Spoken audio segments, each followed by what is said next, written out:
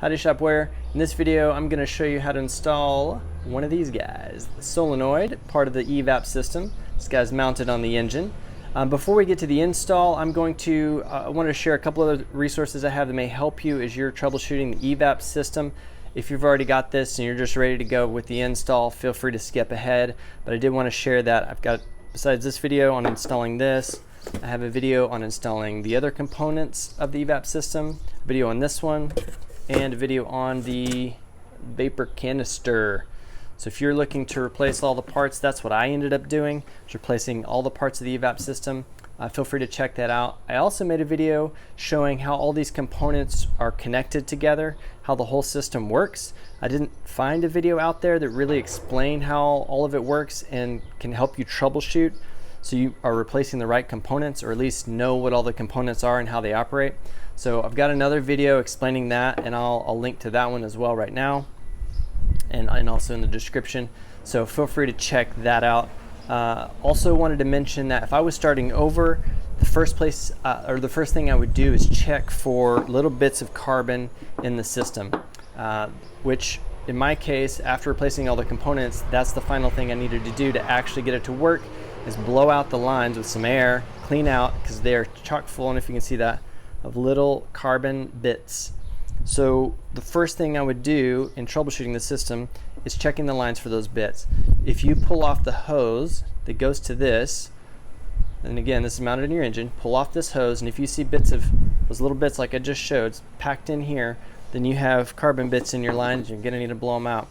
Another way to check, another place to check, is in the carbon canister in the back. So if you pull off one of those lines and little bits of carbon fall on you, wear glasses, they fell over my face, it was really fun. Then there's another sign that you need to blow out the lines. So again, replacing components is good, but you're not going to ultimately solve the problem if it's packed full of carbon bits like mine was. So unfortunately that requires dropping the fuel tank and disconnecting the fuel pump, the Evap lines from the fuel pump.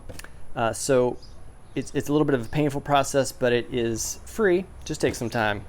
I would start there, and then I would probably start second with replacing the carbon canister or vapor canister, and then I would work towards replacing this guy. And also, before you replace it, be sure and check the one you have. You can pull it out and connect 12 volts to the two wires in there, and if you hear clicking, that gives you a clue that it is working.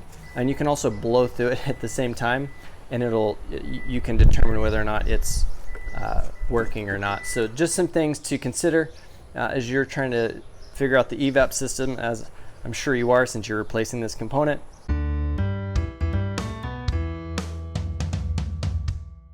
We'll go to the engine bay here. Step number one in replacing this little guy is to remove the cover. This is a 5/16. Let me double check. Yep.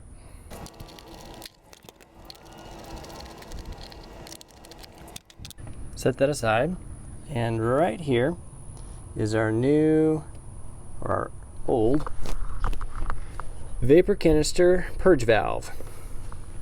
So you can see here's the line, the hose that runs ultimately back to the vapor canister.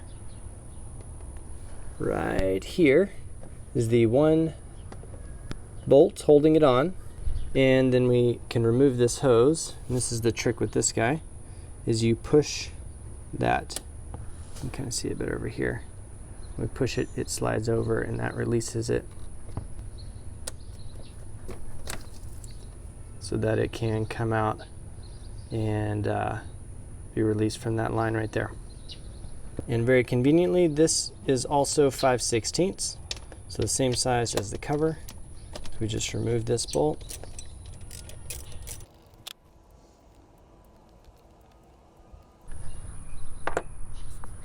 And then the last part is removing this, which don't remove the blue, actually remove this black right here, this black connector on the back. Lift it up and then pull up.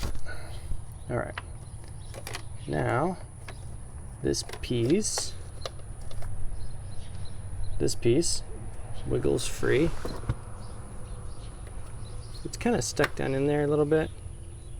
because this little rubber ring makes it kind of stick into the hole. So there we are. Here's where the air comes out. Here's the bolt hole. And here is our old purge valve.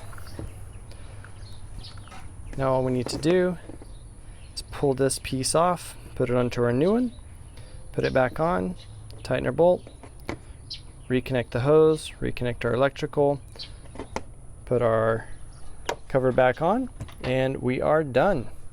Pretty simple. One thing to look for here, I'm not sure if you can still see it. No, I think they've, oh, yeah, you can. There you go. If you dump it over like that, you might see some carbon bits. If you see carbon bits packed in here, or they fall out like that, that's a good sign that there are carbon bits in your hose. And they may be, all throughout your hoses. So you're going to want to clean out these hoses. And it most likely also indicates that your vapor canister has gone bad, and these bits, because that's where these bits come from. In which case you likely need to replace the carbon canister or vapor canister. In addition, you'll also need to clean out the lines. And unfortunately, the best way to do that is to drop the tank so you can get access to those lines, and you can disconnect the lines from the fuel pump and from the everywhere that they're connected to, basically, so you can blow air through it with the lines fully open on both ends. All right, thanks for watching, guys. That concludes installing this Evap thing. Again, I've got some other videos showing how to install the other components of the Evap system. Feel free to like and subscribe. I've got this 2005 Suburban. I'm going to be doing lots of upgrades to it. Pretty excited to have it. It's my first truck, so I'm fixing lots of things on it and doing some upgrades. If you've got one yourself, feel free to follow along. All right, thanks for watching.